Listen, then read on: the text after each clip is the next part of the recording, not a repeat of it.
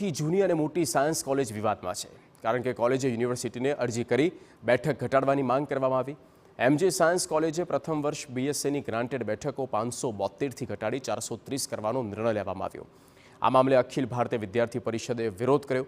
મોટી સંખ્યામાં એબીવીપી કાર્યકર્તાઓએ ઉગ્ર રજૂઆત કરી હતી।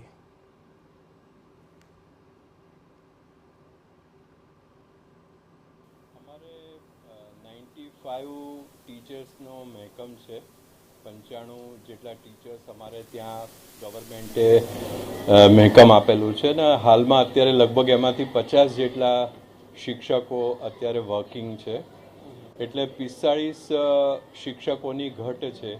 એ જ રીતે નોન ટીચિંગ સ્ટાફની પણ ઘટ છે। પરંતુ અહીંયા આગળ કેટલા વિધાયક પરિષદને ધ્યાનમાં આવે છે કે કેટલાક સત્તાધીશો દ્વારા આને એક પૈસા કમાવાનું સાધન કઈ રીતે બનાવી શકાય એવા એક વિચાર સાથે અહીંયા આગળ જે ગ્રાન્ટેડની સીટો જે છે એ 500 બીએસસીની અંદરની જે ગ્રાન્ટેડની સીટો છે 572થી ઘટાડી અને 430 કરવાની એક માંગણી એમજી સાયન્સના મેનેજમેન્ટ દ્વારા યુનિવર્સિટીને કરવામાં આવી હતી।